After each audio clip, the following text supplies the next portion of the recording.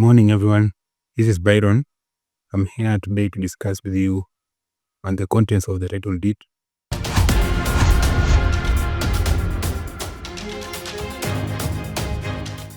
So when you get a title deed from the person selling the property to you, you just want to check off these 5 things to ensure that the title deed is genuine. Now it doesn't necessarily mean that if all these 5 boxes are checked that your title deed is genuine, but rather it just tells you that it could be genuine. There are high chances that it could be a genuine title deed you're dealing with. So number 1 is that it should have 4 pages.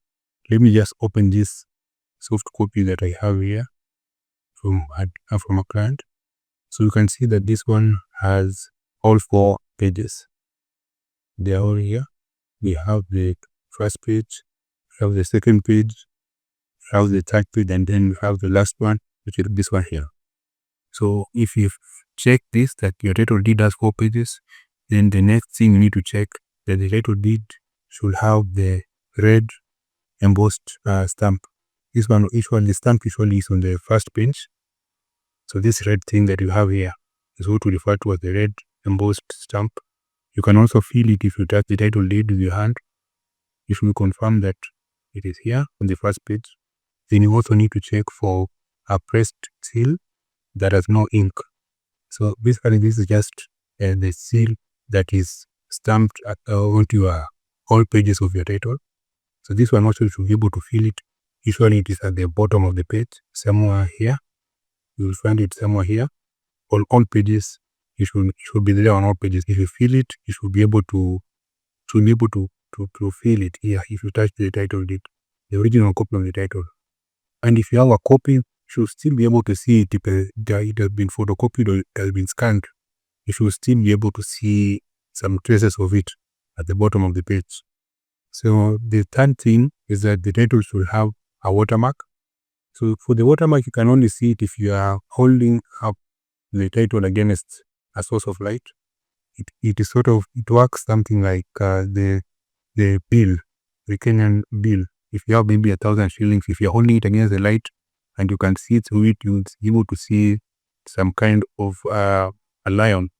So the same thing is there for the title. There should be some watermark which you can only see when you hold it against the light.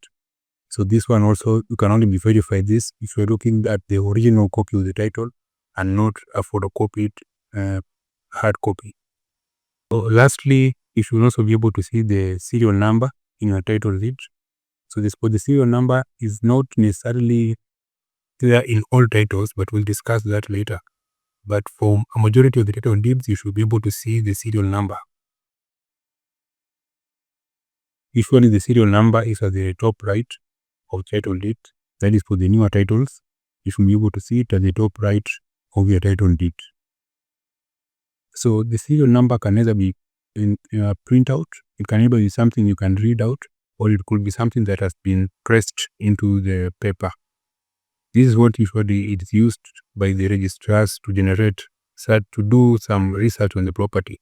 So it ties this hard copy that you have with the system that is there at the registrar's office, such that when they type in this serial number, they should be able to see information about this title deed, the previous ownerships, if there's any charge against this property, if there's any liens that are registered against this property, and we're going to look at all this shortly. So for the titles that do not have serial numbers, their information was usually recorded and verified manually by the registrars. They will write them down in books, and therefore, if you need to confirm anything about it, they will have to go and do this kind of manual verification for it. So once you've verified these 5 things, let's have a look at the page 1 of the title. So at the very top of the title deed, you are going to be looking at this. This is the coat of arms. It is the logo for the Kenyan government. This shows that your title deed is under the jurisdiction of the Kenyan government. It shows that all the laws that apply to the title deed are tied to whatever the Kenyan government determines. And it's also a way for you to verify the authenticity of the title deed. So right below the coat of arms, we have this indication of the chapter and the act that the title deed was registered under. So for instance, in this title that we have here, it shows that it is under the Cap 300, which is basically Chapter 300 of the Land Act. So the title is under that regime. So it may not be the same with what you have, because it depends on what regime your title deed was registered under. So this indication will basically differ, and it will be showing you the kind of title you have, whether it is a leasehold or a freehold. If you have something similar to this that I have here, under the Cap 300, that tells you that this title deed has been leased. This kind of title cannot be a freehold title. It must be a leasehold title by the government to the citizens. So you have the lease period ranging something from 33 years, it can be 66 years, it could be 99 years, whatever, it could be anything, but it has been leased from the government. That is what this part just confirms to you. So this kind of a title deed will be definitely having the serial number embedded or just printed out at the top right corner of the first page. It could be shown as an IR number. So the one I have here, it was there in the original copy. It is there in the original version of this, but you cannot see it here because it has been embedded. So, but it is somewhere here at the top right corner of the first page, embedded there. We have another kind that will indicate a Land Registration Act, LRA, Cap 280. So basically this one also covers leasehold and also freehold titles. The leasehold, it could have been leased from anyone, basically anyone that is not the government. This kind of title deeds must have a serial number, and it could be captured as an IR number. So we also have another numbering, that is the Registered Land Act, RLA, Cap 289. So this one is for the older title deeds. So this kind also, you'll find it is both leaseholds and freehold title deeds. It is the predecessor to the current Land Registration Act. So that's what you will have for all the title deeds. But if it says Registered Land Act, Cap 289, and then it has a repealed on the side of it, so in this case, you are dealing with the land that is trust land, that is maybe private land that was initially trust land, or the rural title deeds. Basically, we are dealing with title deeds that are very old, probably the people who really acquired the title deeds at the very early stages. So because of this age factor, this title deed could miss a serial number, but it could still be an authentic title deed. It could be a genuine one, but it does not have a serial number because obviously it was acquired a very long time ago. So this kind of title deeds are identified through the registrar, the land registrar, which also is referred to as the green card, and the parcel numbers. We could also have another regime that is called Land Titles Act, either Cap 281 or Cap 226. So this kind is rarely used nowadays. It was brought into place back or even before the modern consolidation of the title deeds. So you'll find these kind of titles mostly in the coastal areas where the transactions are very few, and therefore the people who own land up to now, they still own the original titles. So this one does not have a serial number, obviously because of the age, and you'll find that the identification, the unique identification that was used is either the volume or the folio. So you'll find the title deed has something in the line of maybe a volume number or a folio number. And the way that it is identified is through a deed plan. So a deed plan basically is just a map that is attached at the end of the title deed that shows the immediate surrounding plots. So just the immediate neighboring plots, and maybe if there's a road frontage, it will also show you that. So that is what you have as a deed plan. It's some kind of a survey map that just shows that specific plot and the immediate surrounding ones. The title could also be under the regime that is referred to as the Strata Titles Act, Cap 280A. So this applies to the flats. It was the initial sectional properties that applied before what we have right now, which is the Sectional Properties Act. So you find condominiums, you'll find apartments, you'll find residential flats, you'll find mansionettes, but it was not applied to the latter, and that's why we had to redo the entire thing and to come up with the new Sectional Properties Act, which is what or been applied since 2020 to date. So moving on forward, at this part on the title deed, it will either say a certificate of lease like this one that I'm using here, or it could say a certificate of title depending on whatever you have. Just what shows you what kind of title you have, whether it is leased or whether it is fully owned as a certificate of title.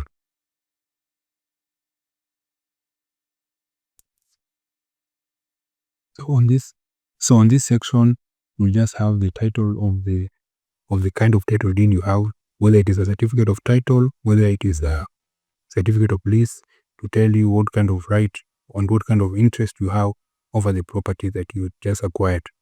So under this, you will have the first part, which is the title number.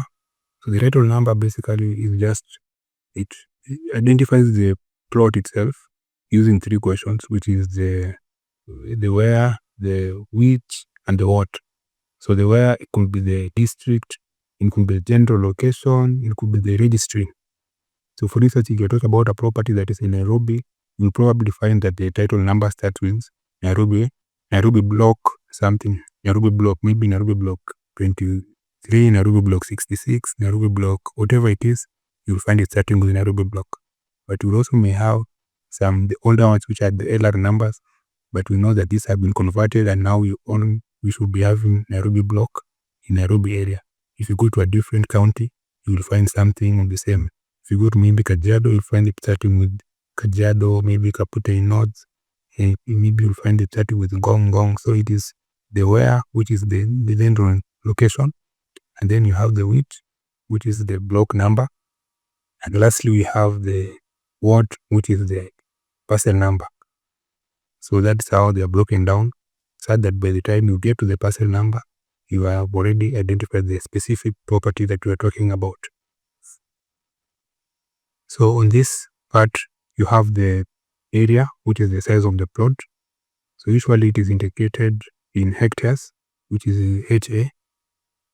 To convert this to acres, which most people are used to, is just by multiplying it by 2.471, and then you get the size in acres. So for example, if I want to convert the one I have here and just multiply this size, which is 0.0255 hectares by 2.471, and I'll get that figure. But if you're dealing with a sectional title, then you're going to have this size. It will be the size of the unit. So it will be the size of the apartment or the maisonette or the condominium that you're dealing with, and it will be given in square meters. So on this part, we have for the people who will be having the certificate of lease, you'll have this part that says the lessor.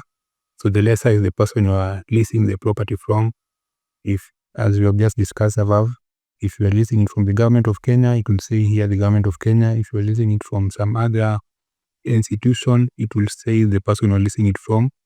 So this just shows the original owner of the property that you are leasing, if you have a leasehold title. But if you have a freehold, of course, you are not going to have this part, because the property, you have a full interest over the property. So we then move forward to this section that says the rent. So the rent is basically just the fee that you pay to the national government.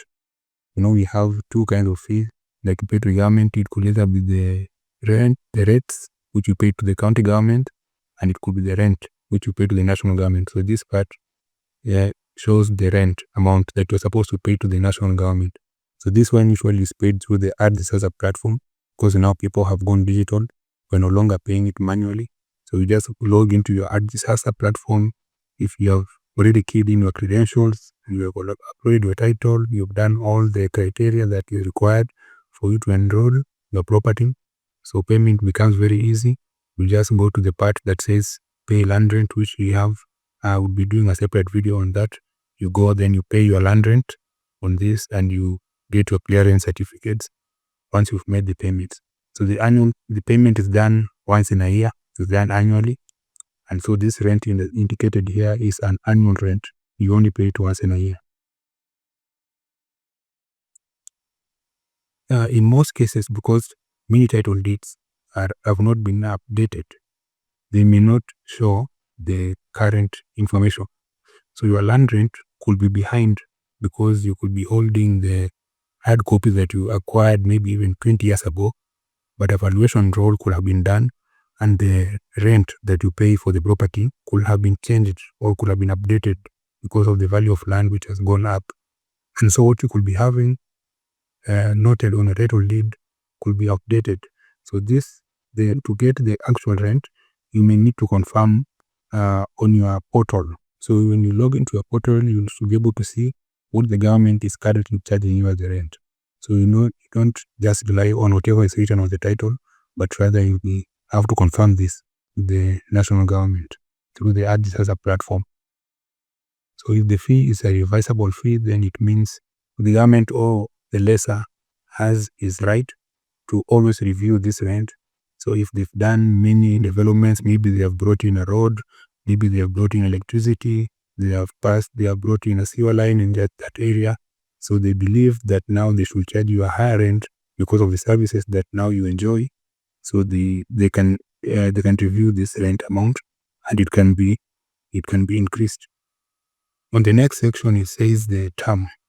So the term, if you are leasing a property, you are going to have this section. If you have a certificate of title, then you are not going to have this section.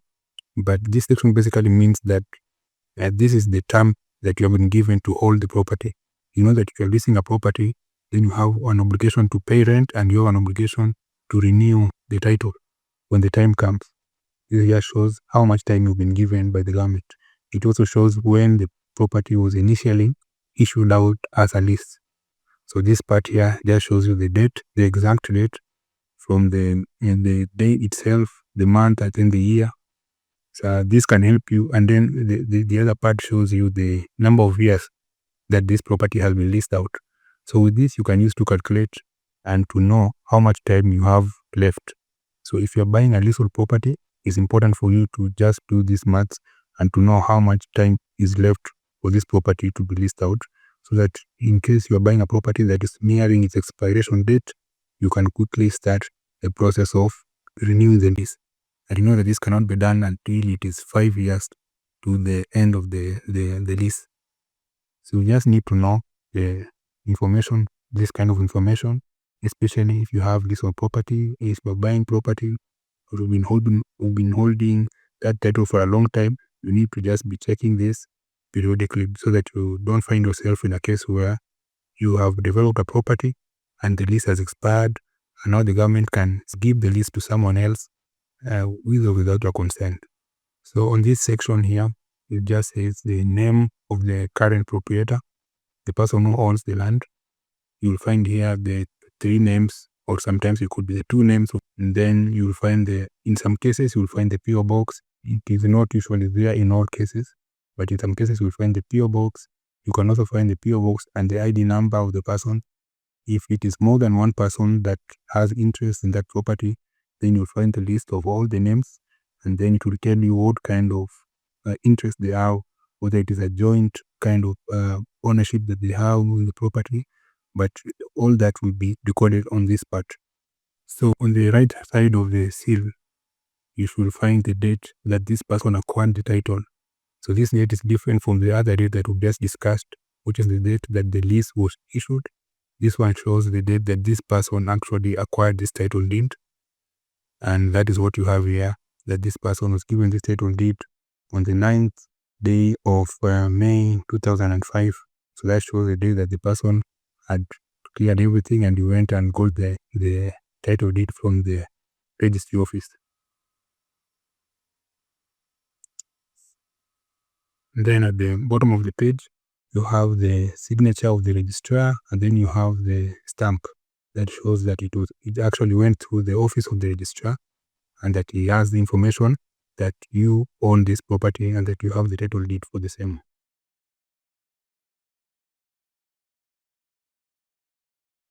So moving on to page 2 of the title deed. So at the very bottom of the page, I've zoomed in for you to see this short write-up that says to be completed only when the applicant has paid 125 shillings. So this is just the fee that one was reputed to pay to facilitate these registrations, these entries that have been made on this page. So that means if there's something that needs to be changed, of course you're going to it cleared with whoever is owning the property, but there's still some fee that you're supposed to pay to the registry office for them to be able to do these services, for them to be able to offer these services to you. So it is just some kind of a convenient fee that you are charged by the government for them to provide these services to you. They just charge you this minimal fee here. So that was the fee at that time. This person was charged 125 shillings, and at this time maybe it may be a different amount required from you. So page 2 is divided into two parts. We have part A, and then we have the lower part, which is the part B. So let's start with part A.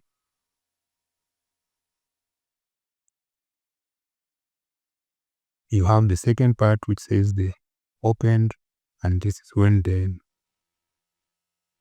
when this property was issued out to this person. So the property could be issued out to you, but for you to get the title, it could take a longer period. So that's why you see this difference. The person could have gotten the property a long time ago, but for him to get the title deed, maybe it took a longer time because of, could be some financial issues, could be that he was not around, could be that he was not aware that he has already gotten the property, any reason basically, but it's just the difference comes because of that. And then you have this part that says registration section. So this will show you information such as the title number. Then on to the next section, which shows you the approximate area. So as we had said earlier, this is just the size of the land, the size of the parcel of land. If it is an apartment, if you're dealing with a sectional title, then this size will be showing you the size of the apartment unit. And it is usually given in square meters, as opposed to this one for land, which is given in hectares.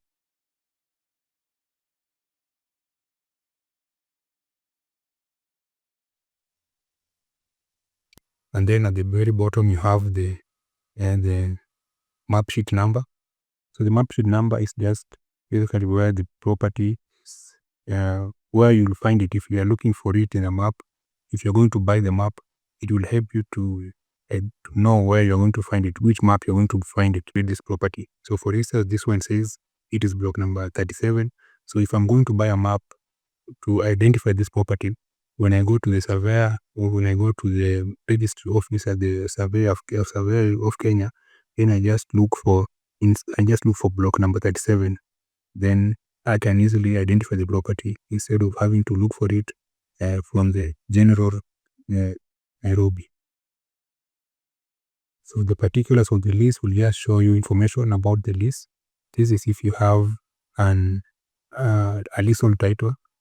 So if you have a leasehold title, this section will just show information about the lease. It will be very brief, showing you who is the lessor, who is the lessee, who is now the person leasing the property, and then it will show you, finally to show you the rent that is paid. So this is the amount that is paid. It is repeated here. This is information that is repeated. You already saw it on the first page, but you have also the rent here, and then you have the term. You have also the term, which you have also discussed already.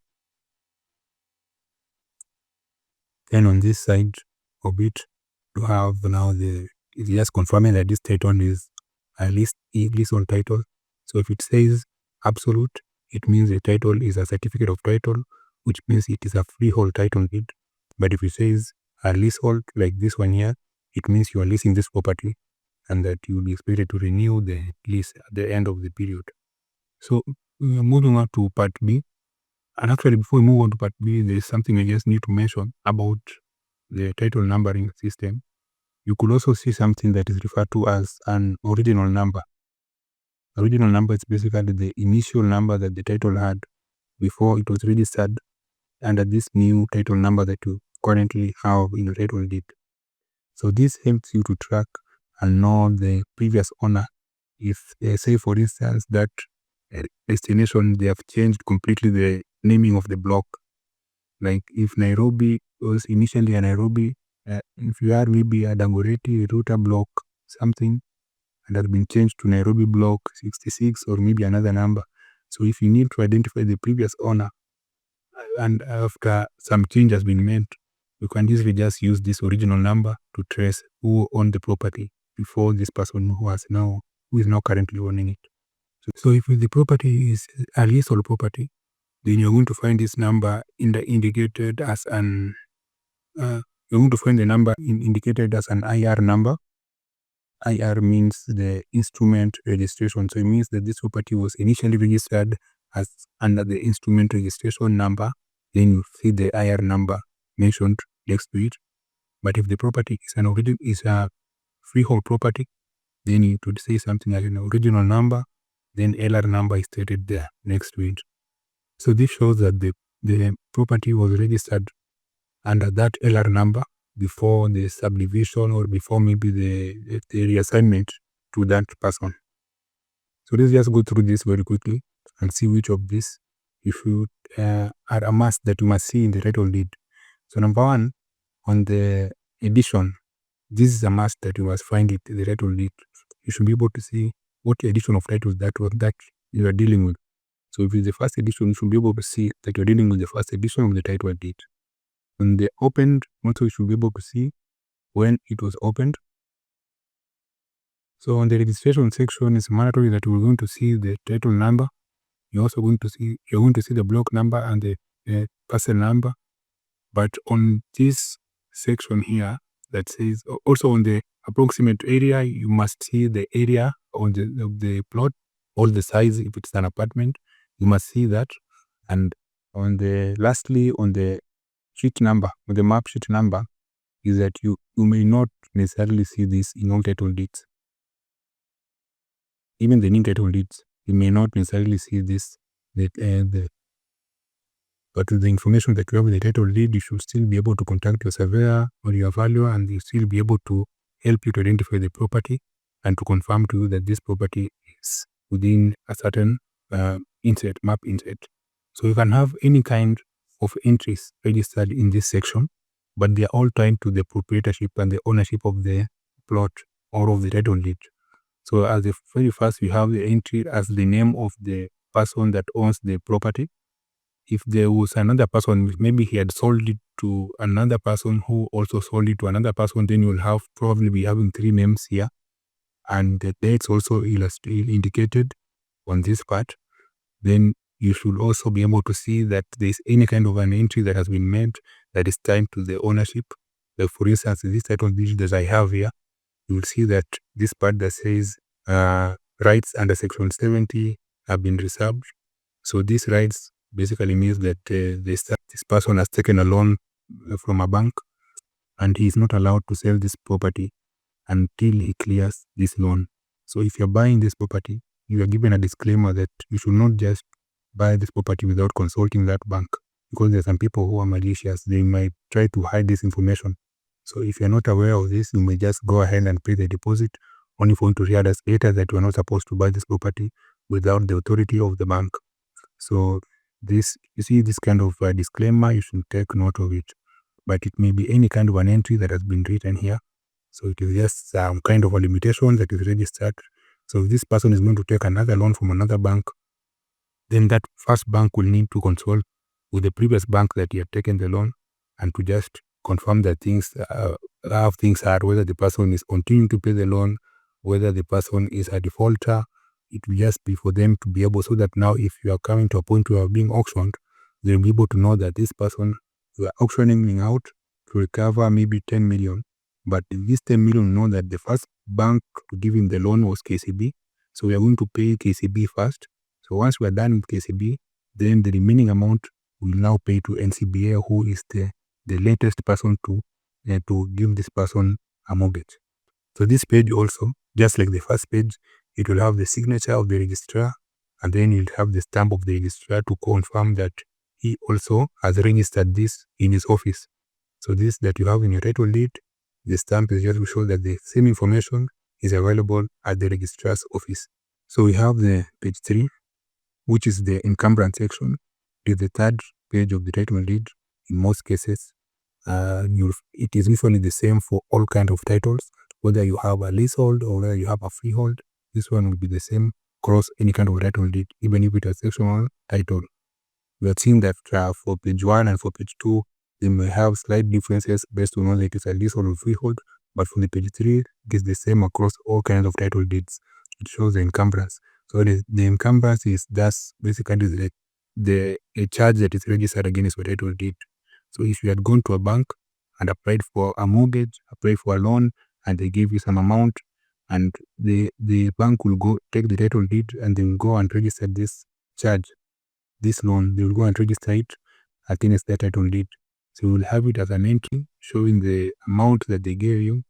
Not in all cases it shows the exact amount. Some banks tend to they bleep out this part and they only show that this person has a charge with the maybe say National Bank, but they leave out the amount, but they must state the date. In some cases, you will see them setting the exact amount that they are giving you, and then they will show the jurisdiction under which this arrangement is under. So, for instance, if this one, for this title deed that I have here, you'll find that the first loan this person had taken from the Commercial Bank of Africa, you can see the date, the exact date that he took the loan, and then you will see the rights are reserved under this section 83. So this is and 84. So that's the jurisdiction that oversees that arrangement that he had with that bank. So if you have cleared this loan, then the same bank is going to release you from this. They will register what is referred to as a discharge of the charge. So that's what you see on the second part. It says that on this specific date, this person had cleared the loan, and therefore we officially discharge his name from this charge above. So that means if this person can now go and transact the property, he can sell the property, he can get another mortgage without consulting with the first bank, which was the Commercial Bank of Africa. So if this goes on for as many times as you take the loan, now that means if say the bank that has given him the loan, the latest loan, if they report him and they auction him out, even if they're trying to recover their money, they will have to first go to the previous bank and pay off that amount that's registered here, and whatever remains is what they are going to have, even if it does not cover entirely what they are given off the client. On this part also, you could have a registration of an easement. So you also could be having a registration of an easement, also known as a right of way, which is just basically you leasing out, you giving out part of the land. So just because the land is yours, but you're giving up part of it to be used by a certain contractor. So mostly this applies for the Kenya Power and Lighting, where you see there are lines passing through people's lands in areas where there are no roads, but the KPLC requires their lines to maybe to pass through to the other side of the land. So you'll find that they have entered into an arrangement with the people, and they have allowed them part of their land, and in return KPLC maybe will give them some money, and they get into an agreement that you're not allowed to build a house or to build any kind of structure within 3 meters to these lines. So you just leave that part of the land as open field. So it is important to register it so that if someone is going to be buying this land, or if you're going to be taking a loan from a bank, they should know that some part of your land is not able, you're not allowed to use it for development. So this also could be, maybe it could be Safaricom that is using that parcel of land to pass their internet cables. It could also be maybe Nairobi Water, if you're in Nairobi or whatever county you are in, that they're using that land for their sewage or their water lines. So they have to register it as an easement against the title deed. So of course this affects the value of the land. So if a value is going to come to that property, is going to discount that part. So he will do the valuation, and then he will separate this part as because it cannot be used. And even if you sell the property, the person who is going to buy the property cannot use this land for the development. So it obviously is going to affect the value of the property, but the person who is the proprietor of the land obviously is going to get some kind of compensation from the contractor. So this registration also is important so that the person coming to buy the property may not say that they are not willing to have this arrangement. Because if they have it registered in the title and they see the title before they buy the property, they should know that this arrangement already exists, so that they don't get into the owning this property and then they change their mind because it's not something that can be done once it has been registered. So the registration usually is done by the contractor himself and not the owner of the land. But in cases where it has been delayed, you can do a property search to ascertain whether this property has any of this, because it may be there physically, but you cannot see it in the title deed. So in these cases, you go and you do the search, and the search will be able to reveal to you this kind of information. I've seen a case where the KPLC lines have passed through the property, but it is not there in the title deed, and the owner also says that they got into an arrangement with KPLC where this is a temporary thing. They were doing it as they are working on a main electricity line somewhere else. So I think there could also be cases where you can see the lines passing through a property, but it is not registered in the title deed, and it is genuine that it is not registered. But in this case also, just to confirm, it's important for you to just do an official search and confirm with the registrar's office. If possible, also you may need to also confirm with KPLC themselves. They can give you maybe a letter to show that indeed they are in an arrangement with the owner of the property, so that in future you don't get into a place where you have bought the land and you realize that part of it has been given out to KPLC and you are not aware. So even if it is a sewer line that is passing through the property, you'll realize that you are still not allowed to build something on top of that sewer line. So if it is maybe a sewer line passing through, just be expected to use that section of the land as maybe you can use it as a parking area, or you can use it as a playground for the children, but you cannot build a house or any kind of permanent structure along that line. So once you get into this arrangement, that contractor expects you to meet that obligation.